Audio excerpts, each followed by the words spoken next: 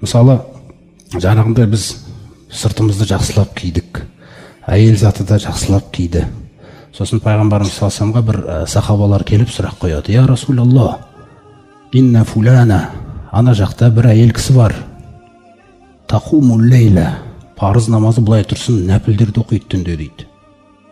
Ва тасуму нахара, оразаның рамазаны былай тұрсын, нәпіл оразаларды ұстайды күндіздері дейді. Ва тасаддақ, сосын садақа береді дейді ол. Көп садақалар береді дейді. Ва тафалу, тағда неше түрлі амалдарын істейді. Валакиннаха, бірақ та ол әйел дейді, тузи жиранаха билисаниха, өзінің көршілерін, тағы басқа адамдарды тілмен солай ренжітеді дейді.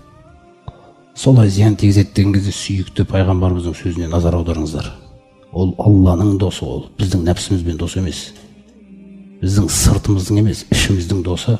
Былай деп айтқан екен сол кезде саллаллаху алейхиссалам, жаңағы ла хойра фиха, онда бұл әйелдің ішінде хайыр жоқ дейді. Вахия мин ахлин нар дейді. Ойлаңызшы, бүйтіп айтады деп те ойламаймыз, бірақ Алланың досы айтты, ол тозақтықтардан болған әйел ғой дейді. Неге? Тақуалық киімі жоқ, жан киімеген. Мысалы, сол киімде тұрып біз осындай тақиямызбен, шапанымызбен тұрып ғайбат айтып тұрсақ, ішкі киім жоқ бізде, сыртпен алысқа барамайсың. Абай атамыз айтады ғой, сырты бүтін, іші түтін дейді. Сондықтан тақуалық киім ол бірінші орында тұрған киімді. Одан кейін айтады олар: ва фуланатун, тағы бір әйел кісі бар дейді. Иннаха тусоллил мактуба, ол парыз намаздарын оқып жүр, шамасы келгенше парыз оразаны ұстап жүр. Ва тасаттақу биқолил, бір азғантай ғана берген садақасының өзі бір мардымсыз дейді. Бар нәрсесін беріп отыр ғой.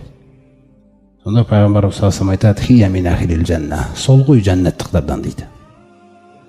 Көрдіңіз ғой. Сондықтан ана сыртымыз барып таразыға түспейді екен ертең. Ішіміз түседі. Міне сол ішіміз қалай түседі о жаққа? Осы нәрселер біз үшін өте маңызды.